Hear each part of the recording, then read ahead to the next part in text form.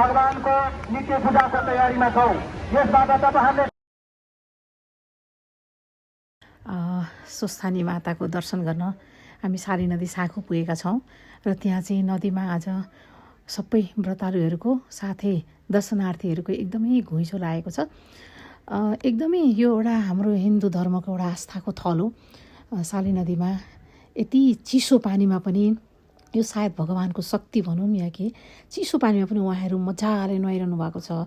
ईश्वरको एउटा महिमा अपरम्पार, माता रानीको महिमा अपरम्पार, माता स्वस्थानी को चाहिँ एकदमै राम्रो रमाइलो ठाउँ। अनि आज चाहिँ हामी परिवारै शुक्रबारको दिन सबैजना मिलेर जाउँ, छुट्टीको दिन भएर चाहिँ पुगेका छौँ र एकदमै यो पहिला पानीमा सबैले साली नदीमा स्नान गरेर या त चोखिएर चाहिँ मन्दिर दर्शन गर्ने परम्परा छ। त्यसैले चाहिँ अब हामी पुलतर्फ लाग्दैछौँ है। खै अर्को बाबु कता छ? पुलतर्फ लाग्दैछौँ हामी। पुलबाट हामी सट्ट निक्लिन्छौँ। यहाँ पुरै भिडभाड छ। यति मिठा मिठा परिकारहरू बनाउनु भएको छ यहाँ, खुवाएको चिजहरू एकदम मिठा मिठा परिकारहरू बनाएर हाम्रो बहिनी पनि बस्नु भएको छ यहाँ। खुवा कसरी? कुरौनी पनि हो यो है? ए कस्तो मिठो कुरौनी रहेछ। लान्छु म एकैछिन। यो चाहिँ के हो? यो चाहिँ दुधको हो? यो चाहिँ खुवा कुरौनी चाहिँ कसरी हो? ल म लिन्छु है त। ल यहाँ कुरौनी खुवा मिठो मिठो यो खाने होइन, मन्दिरबाट निक्लिएपछि खान मिल्यो नि त कुरौनी खुवा त। खाएर चाहिँ हामी निक्लिन्छौँ। हजुर ल गुरुले टिका दिएर आशीर्वाद, टिका प्रसाद ग्रहण गरिसकेपछि हामी चाहिँ अब माथि चन्द्रावतीलाई गरेको ठाउँ चन्द्रावतीको लाई भेट्न माथि जान्छौँ हामी। पुल तर्दै यहाँ माथि पुलबाट सट्ट चढ्ने साह्रै रमाइलो, किनकि वर्षमा एकचोटि माता रानीको दर्शन गर्न पाउनु पनि भाग्य हो। माताले बोलाउनु भएर आउन पाइयो माताको दरबारमा होइन। अनि अब साली नदी बगिरहेकी छन् यहीँ यसरी मजाले। आज त्यति भिडभाड छैन, शनिबार जति छैन, उभिन हिँड्न सकिएको छ। नभए शनिबार त उभिन पनि सकिँदैन, घचार्दै पुर्याउनुहुन्छ सबैले। एकदमै रिक्स छ शनिबार चाहिँ, त्यही भएर हामी आज शुक्रबार छुट्टी मिलाएर आएको होइन। अब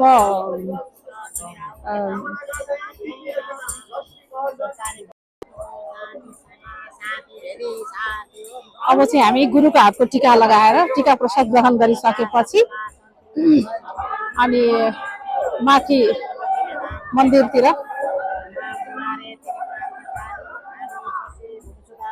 माताका विभिन्न ठाउँहरू साली नदीमा बताए अनुसार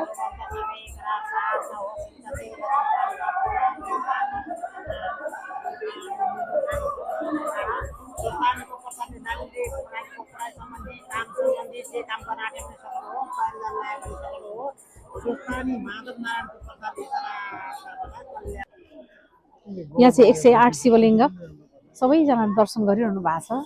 108 शिवलिङ्गमा दर्शन गर्दा मुक्ति पाइन्छ भन्ने विश्वास हाम्रो धर्म अनुसार। यो सबै शिवलिङ्गहरू हुन् 108। यहाँबाट पुरै शिवलिङ्गको दर्शन गर्नलाई यहाँ पनि भिडै छ, जताततै भिड छ। एउटा आस्था विश्वासले गर्दा त अरू मानिसहरूले यसरी दर्शन गर्न आउनुहुन्छ बिहान बिहानै। आज पनि भिडभाड उस्तै छ साली नदीमा। माता रानीको जय होस्, माता रानीले कृपा गर्नुहोस् सबैलाई। यहाँबाट चाहिँ माता रानीको यो मन्दिर हो, माता स्वस्थानी माताको गजुर त्यो मन्दिर। यताबाट दर्शनार्थीहरू ओर्लिनुहुन्छ भर्याङबाट। यो जाने एन्ट्रेन्स यताबाट हो, फर्किने उताबाट हो। माता रानीको आज पनि भिडै छ, दर्शन गर्नुभयो सबैजना बस्नु भएको छ यहाँ। एकदमै रमाइलो परिवेश, एकदमै मनमा आनन्द आउने।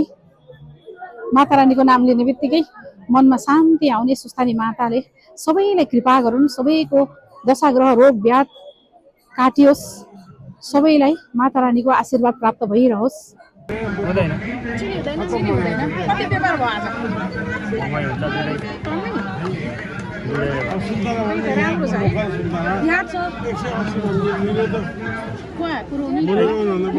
180 200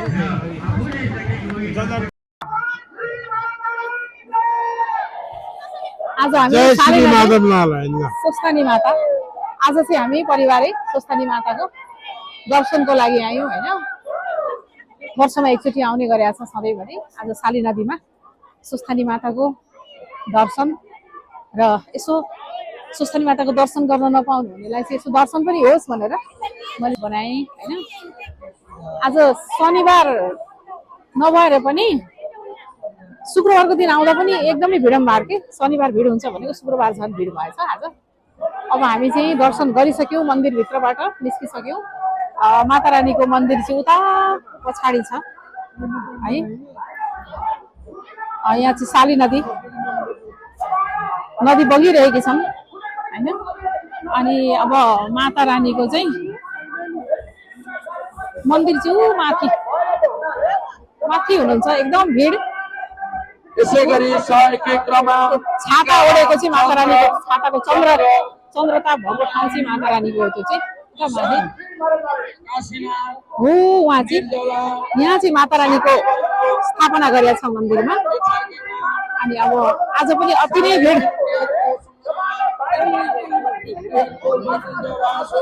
भिडभाड छ। अब हामी साली नदीबाट हामी चाहिँ अब माथि पुलतर्फ लाग्छौँ। स्वस्थानी कथामा भने जस्तै साली नदी पुरै साली नदीले घेरेको छ मन्दिरलाई। अब हामी पुलतर्फ लाग्छौँ माथि।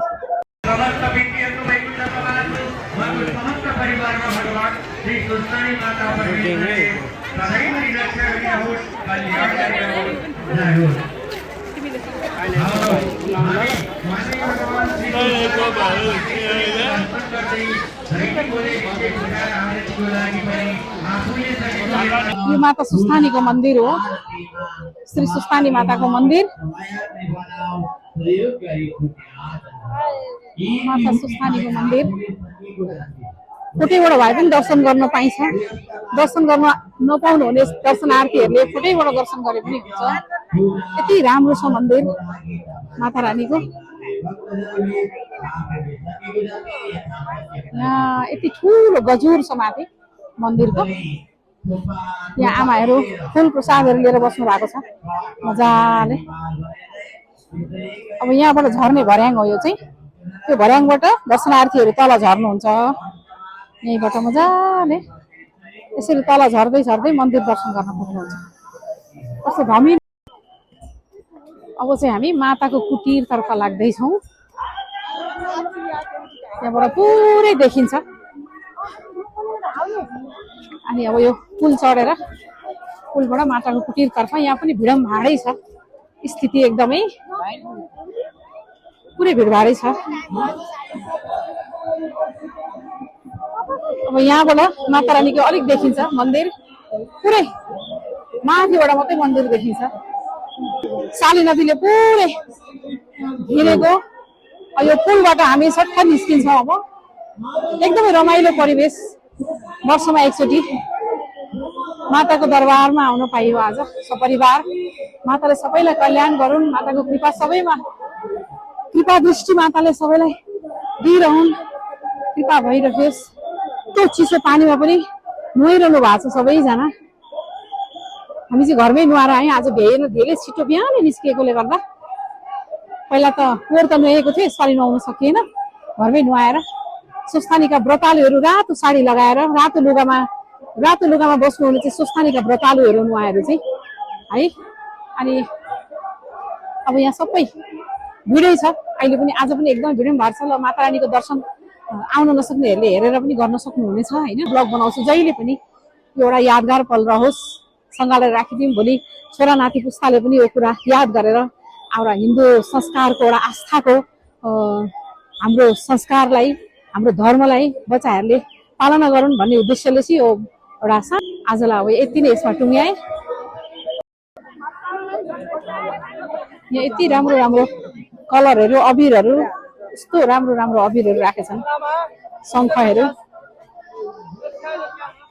व्यापारिक दृष्टिकोणले पनि साली नदीमा धेरै व्यापार हुन्छ, किनभने यति राम्रा राम्रा अबिर कलरहरू सबै राम्रा राम्रा चिजहरू व्यापारीहरूले पनि मजाले व्यापार गरिरहनु भएको छ। मन्दिर दर्शन गरेर निस्किएर अब चाहिँ हामी माथि यता पनि विभिन्न मिठा मिठा परिकारहरू बनिरहेछन्, खानेकुराहरू, दुधका परिकारहरू, प्योर नेपाली शुद्ध दुधबाट बनेको चिजहरू नि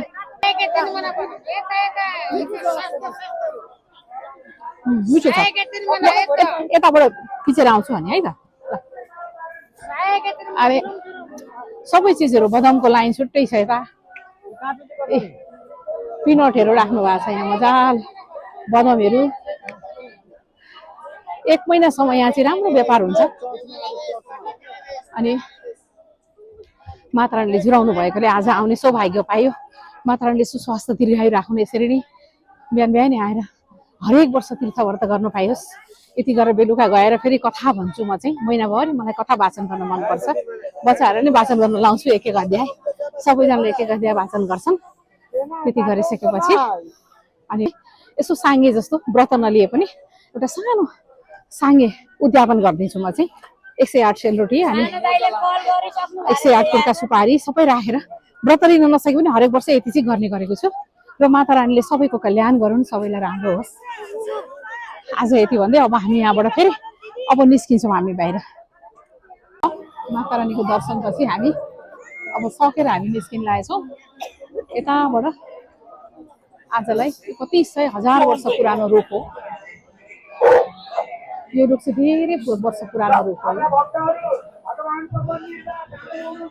अब आजलाई यतिमै काली नदीको तीर्थयात्रा आजलाई टुङ्ग्याउँदै सबैको भय होस्, जलो होस्, भलो होस् भन्दै आजको स्वस्थानी माताको मन्दिर बिहानै आएर अहिले कति बज्यो बेटा? 1.5-2 घन्टा टाइम लाग्यो हामीलाई। भिड चाहिँ भिडै 10 बजेर 6 मिनट गइसकेको छ। हामी बिहान 6 बजी नै हिँडेका थियौँ। भनेपछि आजलाई अब यो वर्षको यात्रा टुङ्गियो। माता रानीले अर्को वर्ष पनि पूजा गर्न पाइयोस्। यसरी नै परिवारै सुत्दै सपरिवार आएर र आउँदै हुनुहुन्छ यहाँ सबैजना हिँड्दै हुनुहुन्छ। अब आजबाट यति सकेर मैले आजको ब्लग यतिमै टुङ्ग्याएँ। सबैलाई माता स्वस्थानी माताको आशीर्वाद पाइरहनु होला।